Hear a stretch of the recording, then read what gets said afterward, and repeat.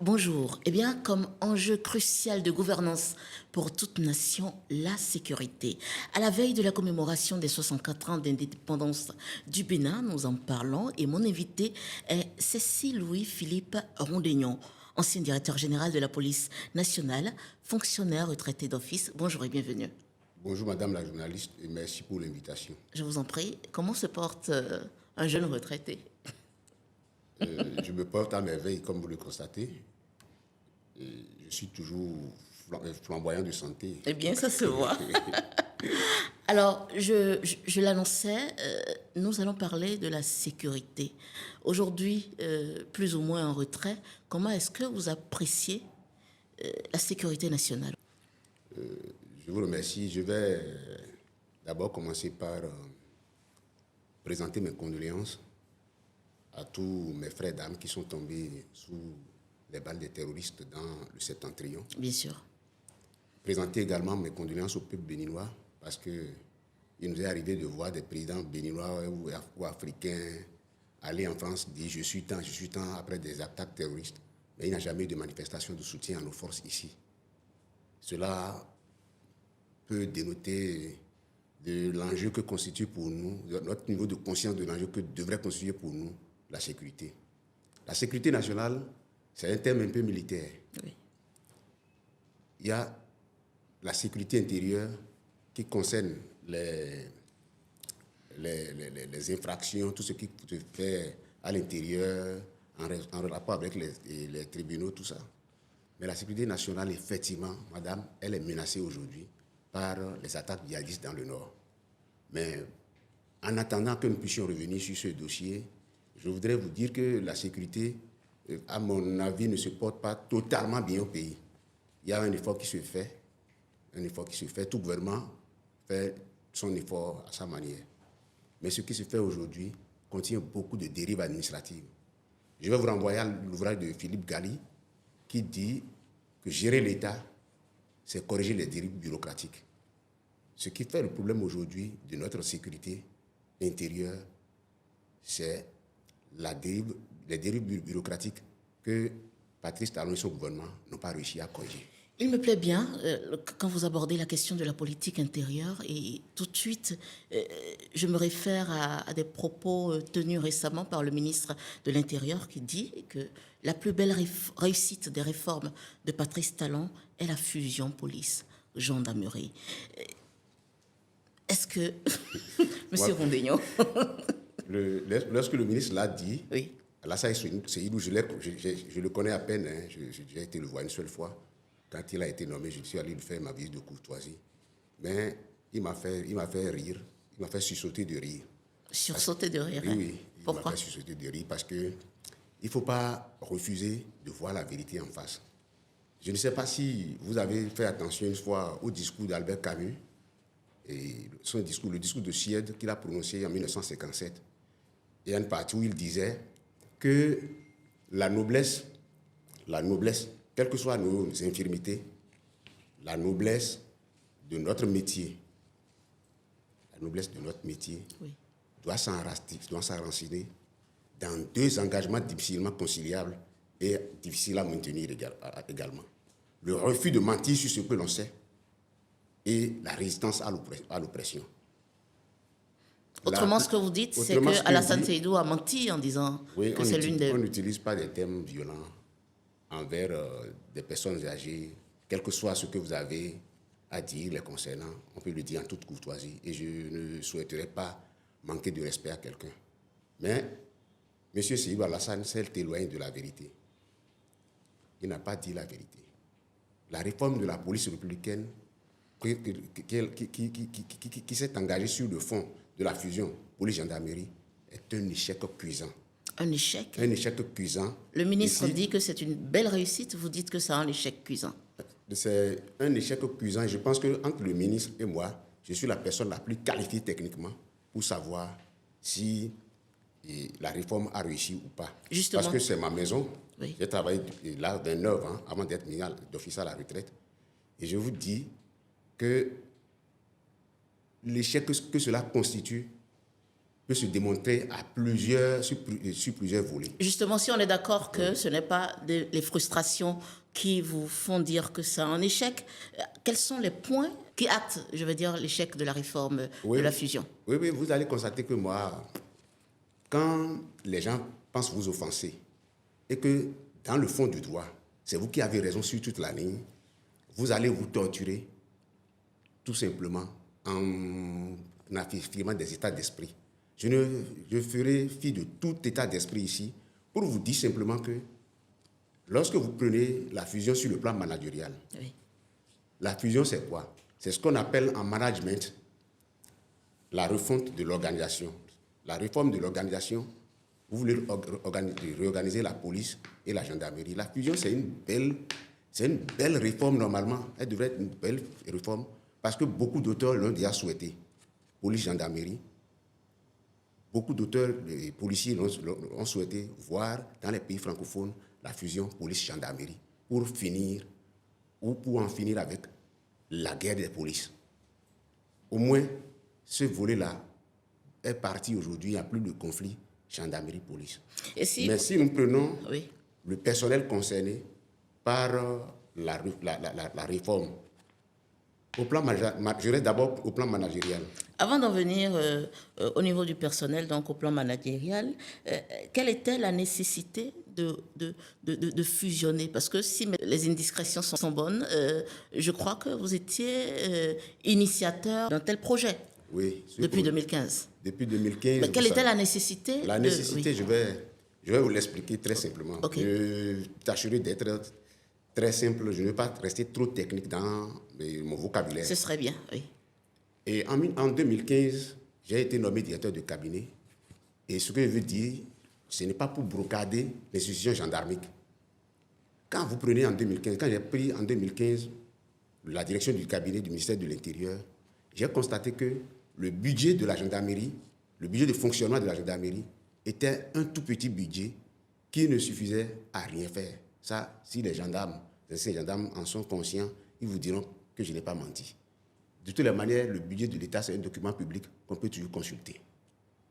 C'est à partir de là que je me suis dit, en comparant le budget de fonctionnement de la gendarmerie et le budget de fonctionnement de la police nationale que j'ai dirigé avant de venir au cabinet, j'ai constaté que les gendarmes ne pouvaient pas travailler honnêtement. Ils n'avaient pas de moyens. Et l'idée m'est arrivée de suggérer au ministre de l'Intérieur de créer sur le budget de la sécurité intérieure une ligne dénommée ligne activité de la sécurité intérieure pour financer les patrouilles, les descentes de police, les actions judiciaires de la police, tout ce qui pouvait contribuer à la sécurité intérieure des citoyens. Donc, mon ambition, c'était de voir les deux forces ensemble dans un premier temps, pas fusionner tel que c'est.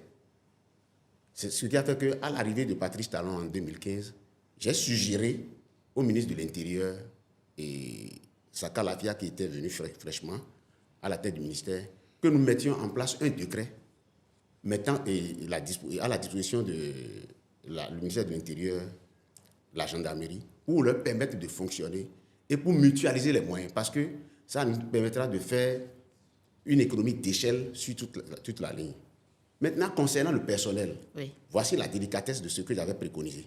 Ce que j'avais préconisé, c'était de mettre ensemble le personnel gendarmique et le personnel policier et qu'on commence par laisser les officiers recrutés pour la gendarmerie à part et pour la police également d'autre part. On va commencer par les laisser aller à la retraite progressivement et donc commencer par recruter maintenant une nouvelle génération de fonctionnaires qui ne seront ni policiers. Ces fonctionnaires ne seront ni policiers, ils ne seront ni gendarmes. Ils appartiendront à la sécurité intérieure en attendant le dernier départ du policier et du gendarme le plus gradé. OK. Partant de là, ça c'est la stratégie managériale. Partant de là, nous allons avoir un personnel qu'on recrute à la base, comme au sommet, c'est-à-dire ici les officiers, comme chez les agents. On les recrute, on les forme, on les affecte dans les gendarmeries. Et dans les gendarmeries, comme dans le bureau de gendarmerie, comme dans les commissariats et dans les autres unités de police et de gendarmerie, ils vont s'habituer à travailler déjà ensemble. Et quand le dernier policier et le dernier gendarme disparaîtront et mourront, vont prendre leur départ pour la retraite, alors on mettra en place une police unique. C'est comme ça, c'était la première. C'était ce que vous avez pensé. C'est ce que j'avais commencé par mettre en place. OK. Mais est-ce que c'est parce que ça n'a pas été fait comme vous l'avez conçu que vous parlez aujourd'hui d'échec? Non, ce n'est pas ça. OK. Nous allons arriver, je vais vous donner les indices de l'échec. Est-ce que vous me permettez de continuer Allez-y. à démontrer Oui. comment cela devrait se faire? Au fait, ce que j'ai préconisé à l'époque, c'était la version managériale de la fusion. Mais il y a la version juridique de la fusion. OK. Et ça, on l'a observé en Belgique et en France. Ce qui a manqué à la fusion aujourd'hui, et il y a des problèmes, c'est tout juste que l'expertise jurisprudentielle a échappé aux organisateurs de la fusion. Qu'est-ce que le juge administratif français préconise en matière de fusion? Le juge administratif français dit que si vous voulez fusionner deux corps, vous devez veiller à corriger les discriminations originaires qui ont existé entre les deux corps à fusionner. Ça veut dire quoi, madame, concrètement? Ça veut dire que le gendarme a son parcours professionnel, son cursus professionnel. Oui. Il a sa formation à part. C'est d'ailleurs un militaire de la gendarmerie. C'est comme ça qu'on les appelle. Le policier, lui, c'est un civil. Il a aussi son parcours. Par exemple, regardez chez nous, les commissaires de police, on était recrutés à l'époque avec la maîtrise minimum. Puisqu'il y a parmi des médecins et consorts qui sont recrutés à un niveau plus élevé.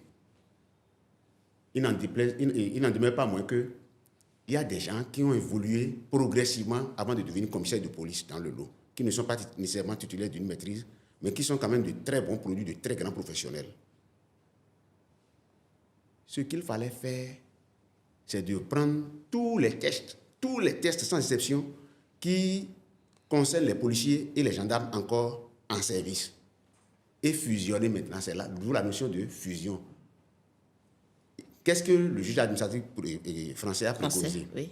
Il dit qu'il faut prendre la norme statutaire la plus favorable pour les deux corps, au niveau des deux corps.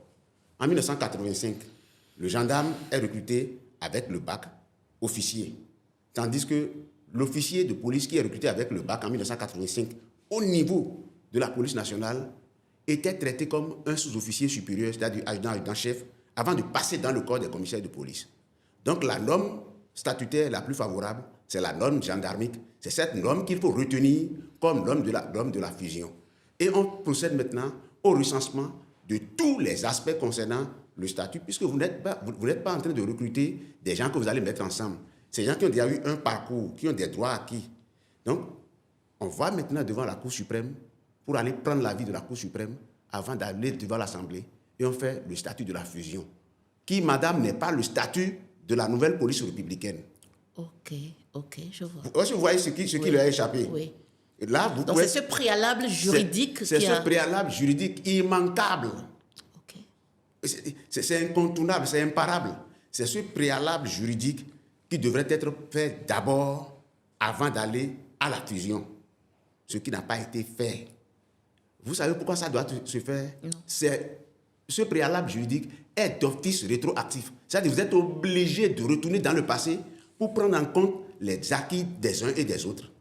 Quand vous prenez la loi 2020-16, vous allez voir que, toujours dans le tâtonnement, on a préféré avancer les gendarmes. On a exigé des personnels policiers civils là. On a exigé de justifier des diplômes de gendarmes, des diplômes militaires, alors qu'ils n'ont pas été formés dans ce cursus-là. Donc, il y a un travail à faire par rapport au personnel et il y a l'obligation de réécrire la carrière de tout chacun. Ah oui? Oui, c'est la carrière des gens, c'est leur vie. Le juge administratif français a donné la réponse et ça a été fait en Belgique également.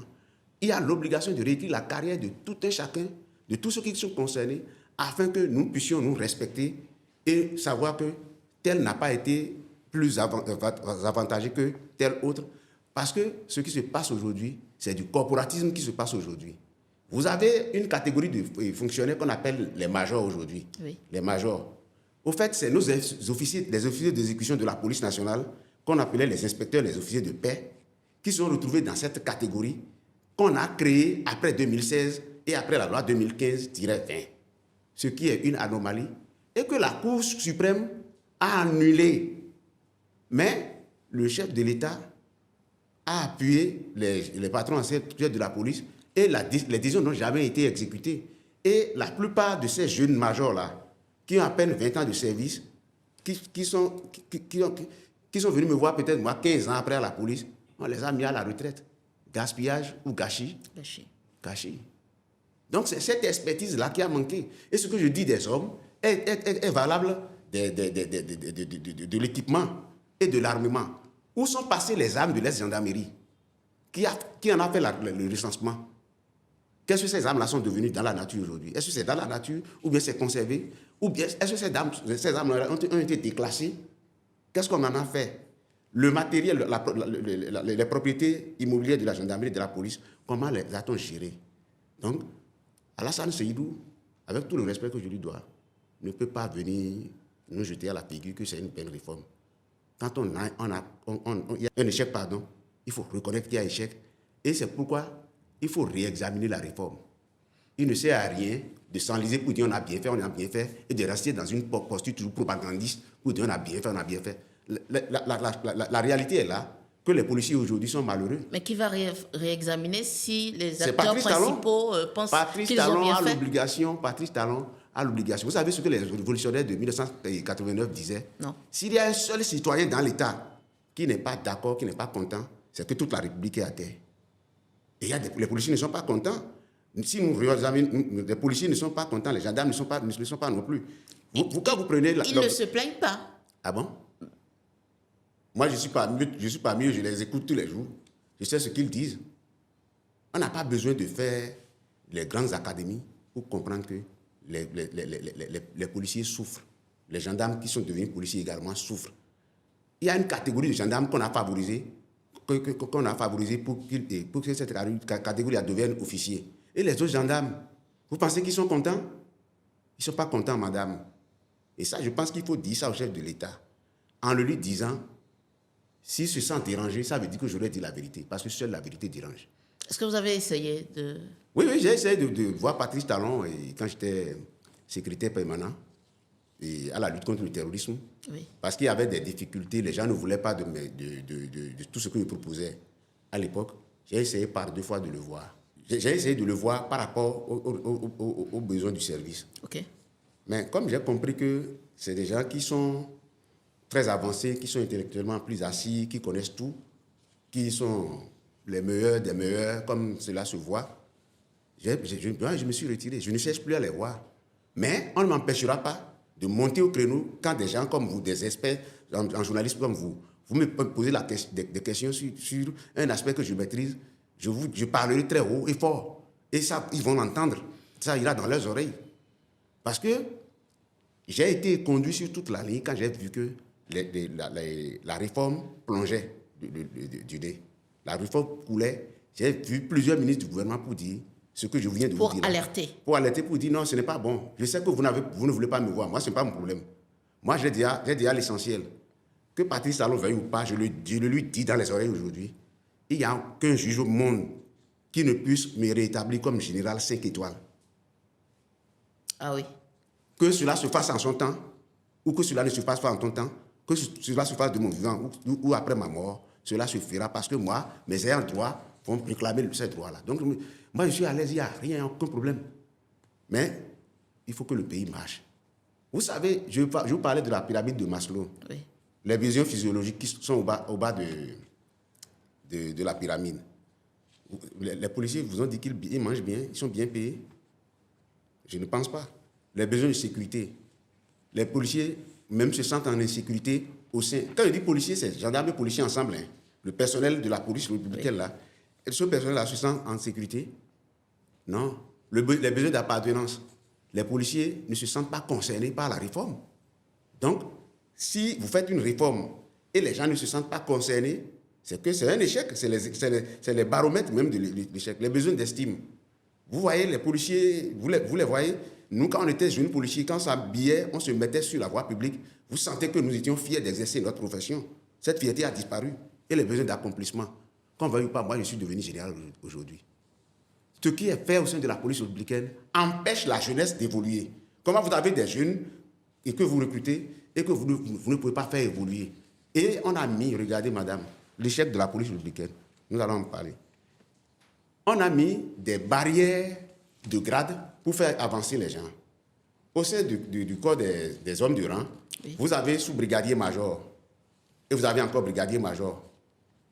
Les grades de majorat, c'est des grades purement terminaux dans chaque corps. Quand on dit major, là, c'est que vous avez fini cette étape-là. Vous venez au niveau des commissaires de police aussi, dans le corps des commissaires, on met un commissaire-major, on met un contrôleur général-major. Tout ça, c'est des barrières pour ralentir le progrès des jeunes. Comment les gens vont se sentir dans leur besoin d'accomplissement. Il n'y a pas d'espoir d'avancer. Il n'y a pas d'espoir d'avancer. Ce qui fait que beaucoup de gens ont démissionné, ils sont rentrés aux États-Unis, partout. Les gens m'appellent de partout. Entre-temps, j'ai écouté Alassane Seydou venir dire oui, les gens ont trouvé mieux.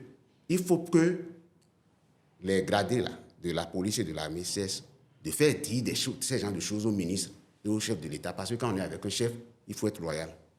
C'est la loyauté que je recommande aux gradés de l'armée comme aux gradés de la police. Est-ce que vous pensez que tous ces problèmes-là, parce que la doctrine d'emploi des forces de police comporte des insuffisances ou bien Madame, on en a pas je me retrouve en face d'un expert, je vous en félicite. Hein. vous savez même parler de la doctrine d'emploi, oui. La doctrine d'emploi n'existe pas. Comment vous pouvez dire ça? Non, j'ai été directeur de cabinet. Et jamais les politiciens béninois nous ont permis, je dis les politiques béninois, ne nous ont jamais permis de mettre en place une politique de sécurité intérieure. Parce qu'il faut d'abord la politique de sécurité intérieure. Et c'est à partir de la politique de sécurité intérieure que nous allons décliner en rédaction la doctrine d'emploi des forces de police. Il y a les doctrines. La doctrine... On navigue à vue, on avance seulement. On avance seulement. Alors que le législateur béninois nous a déjà aidés. Dans les lois de la décentralisation, oui. Le législateur béninois a désigné le maire et le préfet, le maire dans la commune et le préfet dans le département comme responsable de la sécurité. Oui. D'accord? Quand c'est fait comme ça, on dit que le législateur a opté pour une police territoriale. Parce que quand on parle de police territoriale, nous allons réussir à territorialiser les réponses. C'est en fonction de chaque territoire que nous allons mettre les dispositifs de sécurité intérieure. Vous voyez, c'est ça, ça rapproche la police de la communauté. Puisque en Angleterre, vous avez la doctrine de la police communautaire. En France, aujourd'hui, ils ont une police territoriale, mais ils essaient d'habiller ça avec d'autres appellations, tout ça là. Au Canada, vous avez une police communautaire. C'est-à-dire que la police appartient à la communauté. Nous sommes issus, la police et la gendarmerie, nous avons en uniforme là, nous sommes issus d'un héritage colonial un peu compliqué, où qu'on appelle la doctrine de la police disciplinaire. La police était là pour discipliner les communautés, pour discipliner le colonisé. Est-ce que vous voyez? Oui. Donc il faut dépasser tout ça aujourd'hui pour aller vers la police territoriale, qui est la doctrine imposée par le législateur, et chaque commune doit pouvoir faire son travail. Et tant qu'on ne l'a pas fait, ça veut dire que rien n'avancera. Tant qu'on ne l'a pas fait, on n'a rien fait. Parce que celui qui est désigné par la loi pour exercer la police est là. Et vous mettez le directeur général de la police à Cotonou, le ministre à Cotonou, pour quoi faire? Mais vous avez ôté aux affaires, qu'est-ce que vous avez fait pour qu'on... Moi, j'ai travaillé dans un groupe de gens qui ne veulent rien comprendre. Et c'est ça qu'il faut commencer par dire. Nous, les citoyens là, nous devons commencer par réclamer le type de police que nous voulons. Nous voulons, pardon. Pourquoi? Dans chaque commune, on doit avoir... Il y a 77 communes, non? Oui. D'office, on a 77 commissariats centraux. Et ça me permet de répondre au chef de l'État qui vient mettre les gens à la retraite d'office et dit qu'il y a un nombre pléthorique d'officiers. Pour faire fonctionner 77 commissariats centraux, il faut un minimum de 30 commissaires par commissariat centraux. Puisque l'organisation de la police, ce n'est pas la même organisation que dans l'armée. Donc, c'est les militaires qui lui ont mis ça là à l'oreille. Quand quelqu'un qui a géré le Bénin pendant près de 10 ans vient parler de pléthore d'officiers, d'une armée d'officiers, tout ça, je comprends simplement que ça cache d'autres problèmes. Ça cache quoi? Ça cache l'incapacité du gouvernement à pouvoir prendre en main la mise en place de la police territoriale, à consommer les officiers qui existent. Et donc, allez-y. Concrètement, cette réforme-là, en termes d'échec, c'en est un. Donc finalement, vous faites un lien de l'échec de la réforme de la fusion police et gendarmerie avec la mise à la retraite d'office. Oui, madame, c'est ce que je vous explique, terre à terre à comprendre. Nous, la police nationale, au niveau de la police nationale, Oui. on avait 3 corps d'officiers. Il y a les officiers de paix, les officiers et les inspecteurs de police, que nous on appelait les officiers d'exécution. C'est eux, au niveau des commissariats, les officiers de paix vont animer la sécurité publique. C'est eux qui animent les corps urbains, qui vont faire les patrouilles, les descentes de police et la circulation. C'est eux qui font ce travail-là. C'est leur spécialité. Oui. Les officiers, les inspecteurs de police sont les officiers d'exécution judiciaire. Et eux, ils sont là pour travailler avec les tribunaux et surtout les procureurs de la République. Vous voyez? Oui. Maintenant, les commissaires de police que nous étions, on nous appelait personnel de conception et de direction. C'est à nous de donner l'orientation à l'institution, des orientations à l'institution. Donc, nous, on n'était pas tenus d'aller faire la police judiciaire nécessairement. Le commissaire de police n'est pas tenu de faire la police judiciaire nécessairement. Mais c'est les inspecteurs qui le font. Les officiers de paix font autre chose. Quand nous sommes venus dans la fusion, avec la loi 2015-20, on avait déjà fait la réforme. Oui. Avec la loi 2015-20, on avait fait un nouveau statut avec le président Iboni Aïe. Et ce statut, qui est la loi 2015-20, portait statut particulier des forces de sécurité publique et assimilées. Alors, quand nous avons fait tout ce travail-là et que nous sommes arrivés dans la fusion, il s'est fait qu'on était obligé de reverser les gens corps pour corps. Nos anciens officiers de paix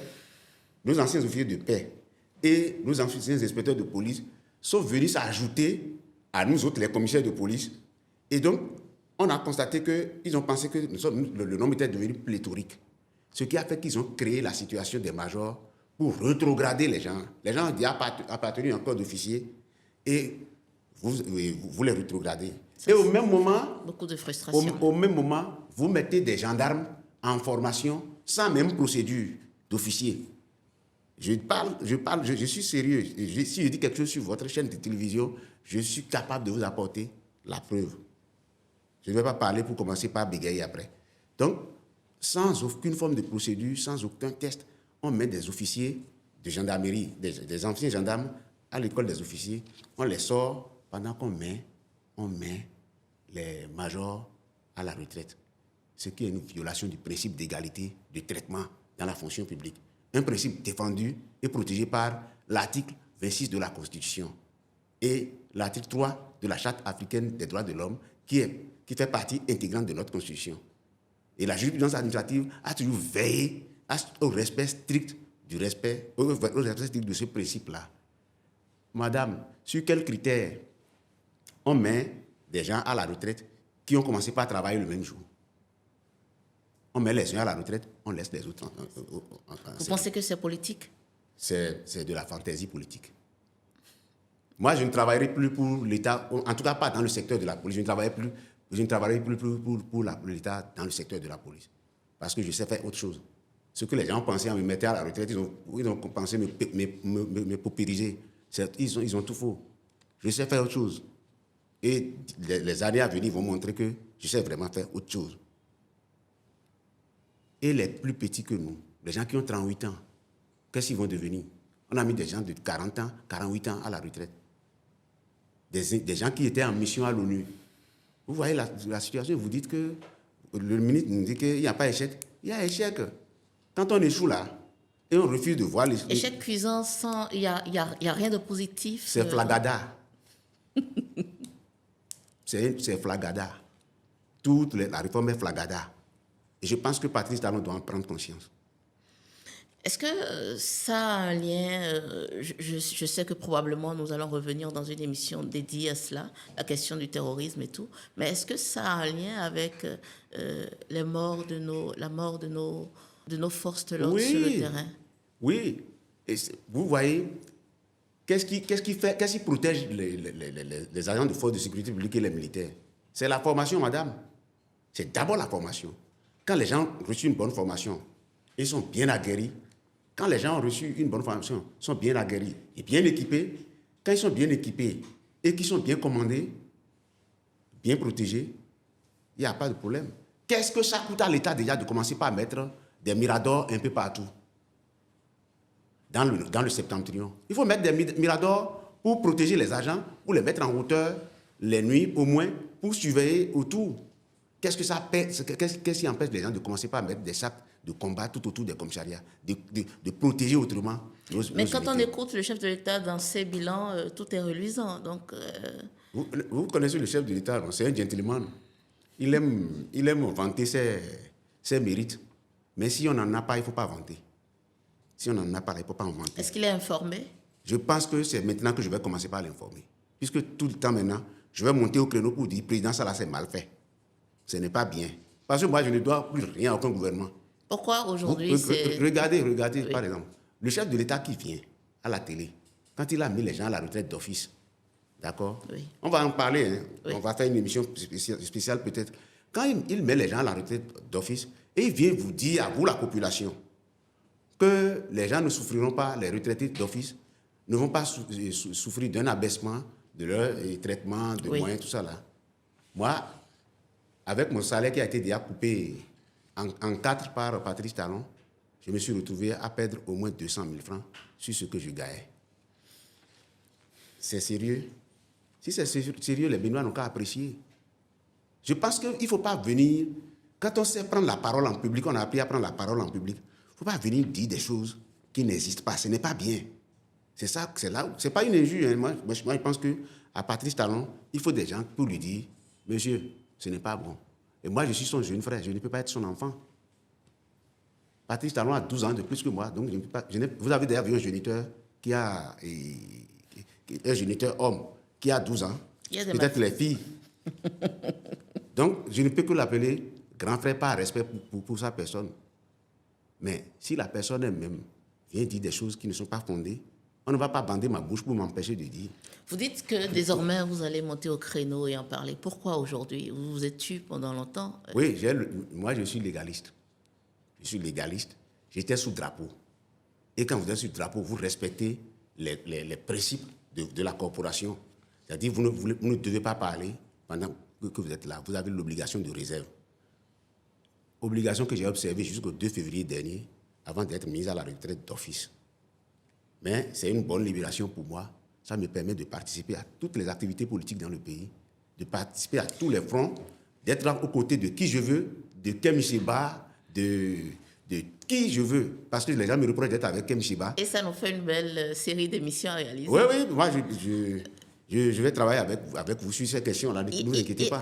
Ça fait une énième fois que vous faites référence à Kémy Séba sans quitter notre sujet. Est-ce que vous êtes partisan de Kémy Séba? Parce qu'un audio de vous avait circulé entre-temps. Kem Sheba, c'est mon frère. Ah, d'accord. C'est un panafricaniste et je suis aussi d'obédience panafricaniste. Ce qui fait la différence entre les autres et nous, peut-être, c'est qu'il faut apporter la troisième voie. Parce que les Béninois sont fâchés, ils sont fâchés, madame, contre. Ils sont pas fâchés, mais ils sont fatigués de la querelle Talon-Boniaï, Patrice Talon-Boniaï. Justement, par rapport à Boniaï, vous avez de ces nouvelles? J'ai de ces nouvelles. Ils se portent à merveille. Mais les Béninois sont fatigués de la querelle Boni, Yahi, Talon, Patrice. Et je fais partie des gens qui vont porter la troisième voie désormais pour dire notre pays mérite plus que ça. Vous entrez en politique là? Non, je n'entre pas. Vous n'êtes pas. Au fait, Oui. vous savez, quand vous êtes au sein d'une communauté, et si vous pensez que vous êtes un homme de culture, vous devez prendre vos responsabilités. Et c'est ce que Yamé Césaire a dit dans un article très intéressant qu'il a publié. Je ne me rappelle pas le numéro de la revue Présence africaine. Il a démontré les missions de l'homme de culture. L'homme de culture doit être plus proche de la vérité. Et je vous renvoie aussi à Alexandre Solzhenitsyn de Russe, qui a gagné le prix Nobel en 1977. Dans son discours, le cri, qui est disponible sur Internet, qui est lu aujourd'hui sur Internet, il faut dire la vérité.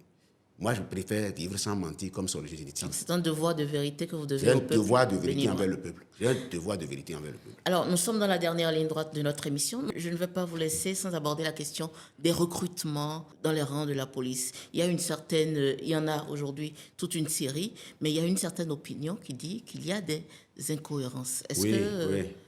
Ça, les gens qui parlent d'incohérence ont raison. Ah oui? Oui. Les gens Encore, qui parlent- finalement, oui. rien ne va, général. Non, mais vous savez, je ne sais pas médire des autres.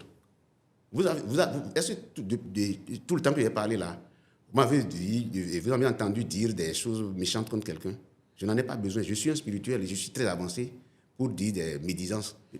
Ce n'est pas une médisance.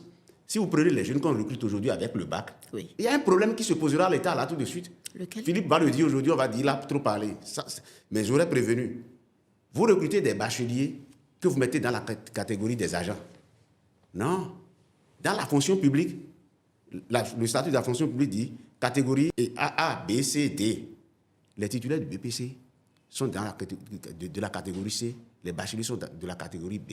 Le jour où les enfants qui sont recrutés aujourd'hui vont trouver de bons avocats, les magistrats qui aujourd'hui épaulent Patrice Talon Oui. seront les premiers à condamner ce genre de recrutement et obliger l'État à réparer ce genre de situation. Donc, oui, même dans le tout premier statut de la police républicaine en 2018, Oui. ils ont voulu recruter les commissaires de police sur la base du Master 2 pour servir sous des magistrats qu'on recrute avec le Master 1. Donc, il n'y a pas d'incohérence là. Oui, il y a incohérence. Il n'y a pas d'incohérence. Mais il y a la loi 2020 déjà. Donc, est-ce que Elle est venue, ça n'a pas été... elle est venue aggraver les mêmes incohérences. Sauf que, au niveau du corps des officiers, ils ont corrigé, ils ont dit maintenant licence. OK. Ça, je suis d'accord avec eux sur ce volet-là au moins. Mais la loi 2020, parlons-en avant de finir. C'est une loi qui est devenue d'existence. Patrice Talon n'a pas le droit d'appliquer cette loi-là. Mais comment vous pouvez Nous dire sommes ça? dans la fonction publique. Oui. Nous sommes dans le droit de la fonction publique, madame la journaliste. Et dans le droit de la fonction publique, il est de principe qu'aucun statut spécial ne peut déroger dans un sens plus restrictif et au statut général de l'État. Ça, c'est le premier point. Le statut de la loi 2020-16 avec 16 autres lois qui l'ont accompagné chez les douaniers, les militaires et consorts, qui permet à partir ces lois qui permettent à partir de mettre les gens à la retraite comme il a voulu là. Ces lois n'ont pas reçu ce qu'on appelle le règlement d'administration publique. Une loi portant statut spécial de la fonction publique qui n'a pas reçu le règlement d'administration publique n'est pas rentrée en vigueur. La promulgation et la publication sont deux conditions sine qua non pour toute loi pour entrer en vigueur.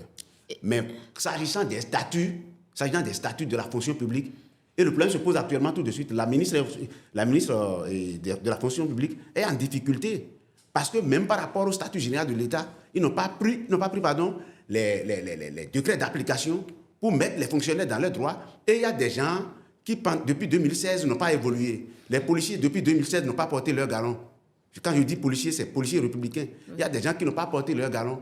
Et l'avenir des gens est seulement lié au choix du chef de l'État et à ses hommes, au choix de ces hommes. Il y a trop à dire sur ça.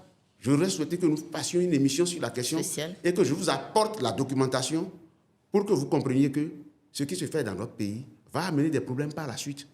Mais nous, on aura pris le soin de prévenir pour dire D'alerter. halte au massacre. Il y a beaucoup, beaucoup de bavures policières aujourd'hui et toute la communauté s'en plaint. Vous avez dit tout à l'heure dans vos propos que la police devrait appartenir, sinon appartient aux communautés. Mais comment est-ce qu'une police qui appartient aux communautés tue les communautés? La police Qu'est-ce qui doit justifie, être l'émanation du peuple. Elle est l'émanation du peuple. Quand on va dans la terminologie classique même, le mot police désigne le peuple, désigne la contrée, désigne le pays. Qu'est-ce qui se passe quand vous voyez qu'il y a une police qui commence par tuer, qui commence par connaître beaucoup de bavures? La réponse en est très simple. C'est quoi? Le manque de formation. C'est à ce point? C'est à ce point. c'est le manque de formation. Ça, c'est le premier point. C'est le manque de formation et aussi l'encadrement psychologique des policiers. Des recrues. Des recrues. Okay. Vous recrutez des gens et vous leur dites, nous allons faire du maintien de l'ordre. Et vous leur remettez des AKM, des armes Kalachnikov modernisées, des armes de guerre, pour aller faire le maintien de l'ordre avec un paquet de munitions, et on parle de réversibilité. Ce qu'ils appellent réversibilité vient de la police disciplinaire coloniale. Parce que le colon faisait ce qu'on appelait les tournées de police. Et quand le colon faisait les tournées de police, les opérations de maintien de l'ordre pouvaient se transformer en même temps en opérations de guerre contre les populations. Et c'est ça que véhicule aujourd'hui la doctrine d'emploi de la police républicaine. Je sais ce que je disais. Donc il y a un problème. Il y a un problème d'encadrement, il y a un problème de formation, il y a un problème d'accompagnement psychologique de la police. Une police qui tue n'en est pas une. On me dira, oui, toi, tu ne peux pas dire ça. Moi, j'ai appris à tuer parce que j'ai fait des unités antiterroristes. Mais je n'ai pas appris à tuer au hasard. J'ai appris à combattre les malfrats. C'est autre chose. Mais quand la police tire terriblement sur les gens, et blesse les gens, ou chasse n'importe comment, il y a un problème de formation. Vous pensez qu'on aurait pu gérer l'opération vérification des casques autrement, par exemple? Mais je ne veux pas être vantard, parce que je vous ai dit que je n'ai rien sur le cœur. Je ne veux pas être vantard. Mais est-ce qu'on peut appeler, on peut parler de l'opération casque aujourd'hui au Bénin, puis cyclable? Est-ce qu'on peut citer ces opérations sans parler de Philippe Bouméon? Non. Mais j'ai connu quel incident avec les gens? La police était sensibilisée. La police était d'abord sensibilisée à aller vers la population pour mobiliser les gens à porter leur casque. Ça a pris. Vaille que vaille, ça a pris. Je pense que ça fait partie des insuccès que j'ai eu aussi. J'aurais pu, si n'eût été les gens de l'époque qui ne m'ont pas compris, j'aurais pu avoir la chance déjà de faire porter le deuxième casque. Le deuxième casque, c'est à l'actif du gouvernement Talon. C'est bien fait. Mais la méthode n'est pas bonne. C'est bien pensé, la méthode n'est pas bonne. La brutalité ne doit pas être l'arme du policier. La sensibilisation d'abord. Et progressivement, ça prend. Aujourd'hui, les gens sont paupérisés. Vous leur demandez d'aller acheter des casques. À 10 000 francs. À 10 000 francs. Les gens font leur calcul pour dire est-ce que je vais acheter après-demain. Je ne dis pas que le port de casque n'est pas une bonne chose. Si un citoyen ne porte pas le casque, il aura dépensé plus de 10 000 francs après. Pour se soigner, s'il va heurter la tête contre un poteau bien contre le sol, il va même perdre sa vie. Je ne dis pas ça. Mais il faut mettre la méthode. Il faut mettre la méthode. Et il n'y a pas de... L'État pourrait subventionner, vous pensez? Non, non, vous connaissez le gouvernement qui est en place. Beaucoup de personnes. Le gouvernement qui est en place, c'est un gouvernement qui est dirigé par un éminent homme d'affaires. Et vous savez que les bourgeois connaissent beaucoup l'argent. Donc, il ne va pas vouloir mettre l'argent dedans, dans ce casque-là, pour que ce soit, chacun devra se prendre en compte. Regardez ce qui se passe au CNHU pour les dialyser. Ça dérange. L'Assemblée est en train de se pencher ça dessus. Dérange. Donc, ça c'est des choses qui je dérangent. pense que vivement, on aura... C'est ce qui dérange. Oui. Et ce qui dérange également. Oui. Il faut que Patrice Talon et ses hommes avisent que quand on n'a pas appris un métier, on ne peut pas l'exercer. Je vais parler en fond, un peu. Et maintenant, pour nous, les sciences, il y a un sac béton. Quand vous n'êtes pas administrateur, il faut laisser les administrateurs travailler et vous vous coordonner au niveau politique. À trop vouloir se mettre en scène soi-même pour faire des choses, on va passer à côté. Vous avez vu l'administration? Finalement, lorsque vous parlez de groupes d'illettrés... non, je ne vais pas utiliser ces termes-là ici, je ne voudrais pas les utiliser. Okay. Ce qui s'est passé, ce que vous avez entendu, ça m'a vraiment gêné. Et je l'ai dit à mon neveu qui m'a enregistré en privé. Quand je vais parler d'illettrisme, ce n'est pas dans le sens que les gens l'ont entendu peut-être. Et si j'étais en public, je n'aurais jamais fait ça. Donc, si vous avez été choqué par ça, je vous présente mes excuses. Je ne dirai pas des termes comme illettré publiquement. Mais, si je fais des démonstrations, vous êtes libre de tirer vos conclusions. Il faut laisser l'administration aux administrateurs. C'est l'une des erreurs de Patrice Talon, ça. Il faut laisser l'administration aux administrateurs parce que, regardez, le gouvernement de Patrice Talon, dans son gouvernement, Il y a combien de fonctionnaires publics? Pourquoi il y a une école d'administration? Et aussi de l'école d'administration, il y a des spécialités. On ne se lève pas pour devenir administrateur. Vous pouvez vous lever pour devenir policier? Non. Ou bien vous pensez que je peux me lever pour être journaliste aussi excellemment que vous? On ne tombe pas le pied joint dans une profession publique pour dire qu'on est le meilleur. Puisqu'on est sur le champ politique, aujourd'hui, puisque vous décidez d'informer... de porter la troisième voie. De porter la troisième voie, est-ce que c'est parce que Patrice Talon est en train de finir et que 2026 est très proche? Non, je vous ai dit que si avant je n'avais pas de réaction, j'étais sous drapeau. Maintenant, je suis Le timing est quand même un peu juste. Le timing n'est pas juste. Vous savez que je suis resté à la maison chez moi pendant 8 ans sans travailler pour l'État.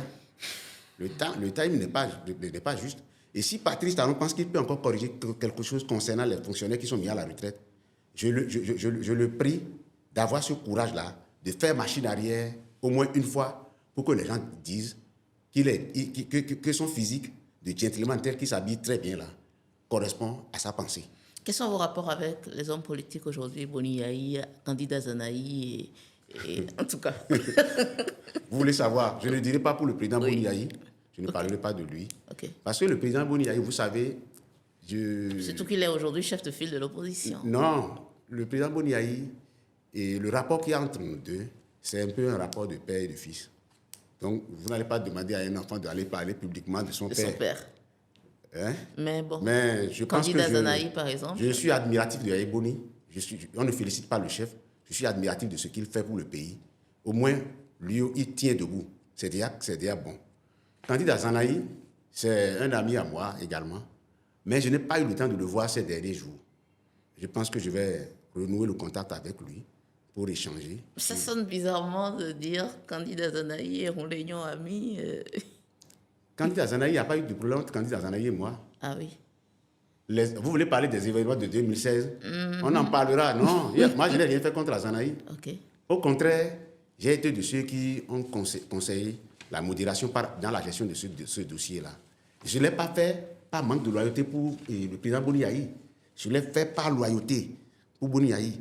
La preuve est qu'aujourd'hui, là, tel que les gens ont fonctionné jusqu'à présent, si on avait mal fait sur un seul dossier, si moi, Philippe, j'avais mal fait sur un seul dossier, vous pensez que je serais encore en liberté?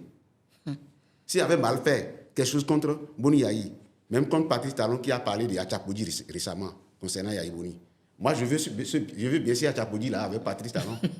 Parce que Boni Yayi, lui, ne comprend pas fond, mais moi, je ne comprends pas fond. Ma maman est aboméen.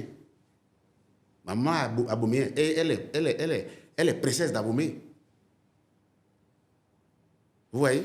Donc, je comprends bien fond, je parle éloquemment fond. Donc, le Hachapodi va bien se dérouler. Le Hachapodi que Patrice Talon souhaite avec Boni Yayi, il n'a qu'à souhaiter ça avec moi. Alors, nous sommes au terme de ces échanges, général Louis-Philippe Ronléignon. Votre mot de fin? Mon mot de fin, Oui. je réitère mes condoléances à ceux qui ont perdu leurs parents. Et je voudrais inviter tous les retraités d'office, qu'ils soient de l'armée, de la police, de la gendarmerie, de n'importe quel corps, à garder la tête haute, à être fiers. La loi qui leur a été appliquée est une loi frappée d'inexistence juridique pour n'avoir pas reçu le décret d'application qu'on appelait dans le droit classique le règlement d'administration publique.